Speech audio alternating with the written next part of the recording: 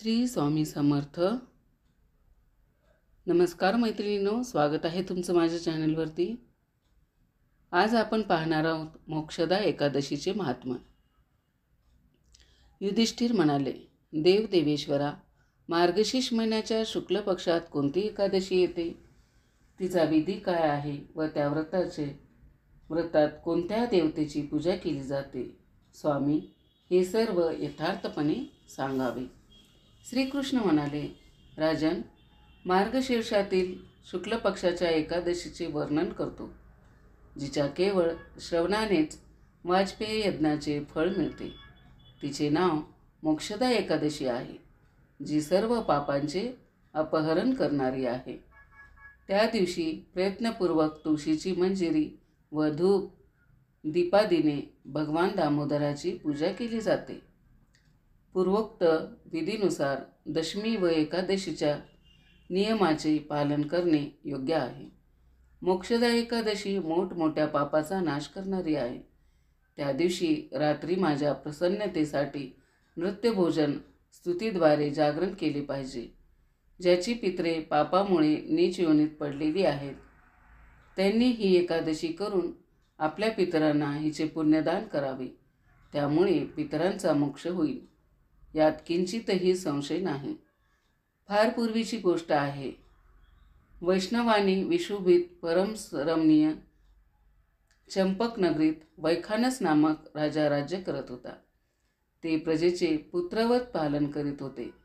अशा प्रकारे राज्य करताना राजाने एके दिवशी रात्री स्वप्नात पितरांना नीच योनीत पडलेले पाहिले.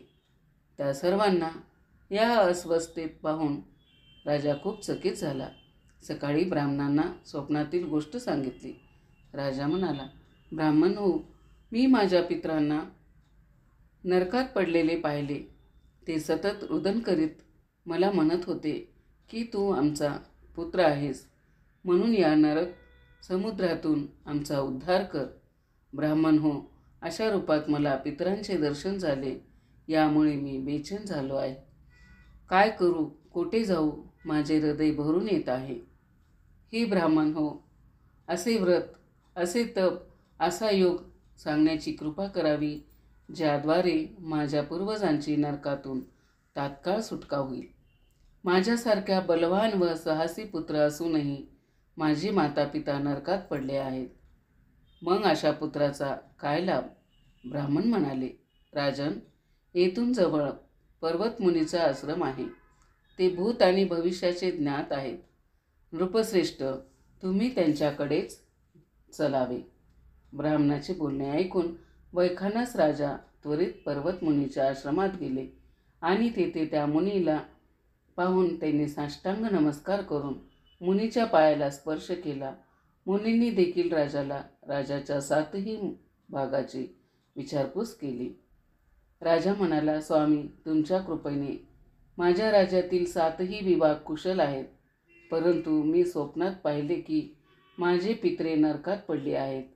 म्हणून सांगावे की कोणत्या पुण्याच्या प्रभावाने त्यांची नरकातून सुटका होईल. राजाचे बोलणे ऐकून पर्वतमुनी एक मुहूर्तभर ध्यानस्थ बसले.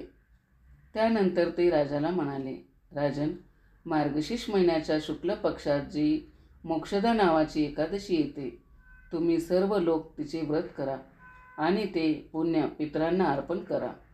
त्या पुण्याच्या प्रभावाने त्यांची नरकातून सुटका होईल. भगवान कृष्ण म्हणतात, युधिष्ठिर मुनीचे हे वचन ऐकून राजा पुन्हा राज्यात परतला. तेव्हा उत्तम मार्गशीर्ष महिना आला. तेव्हा राजाने वैखानस मुनीच्या कथनानुसार मोक्षदा एकादशी व्रत करून तिचे पुण्य सर्व पितरांसह पित्याला अर्पण केले. पुण्य देताच क्षणभरात आकाशातून फुलाचा वर्षाव होऊ लागला. वैखानसचे वडील पितरासह नरकातून मुक्त झाले आणि आकाशात येऊन राजाला म्हणाले, मुला, तुझे कल्याण हो, असे बोलून ते स्वर्गात निघून गेले. राजन, हे अशा प्रकारे कल्याणमयी मोक्षदा एकादशीचे व्रत करतात.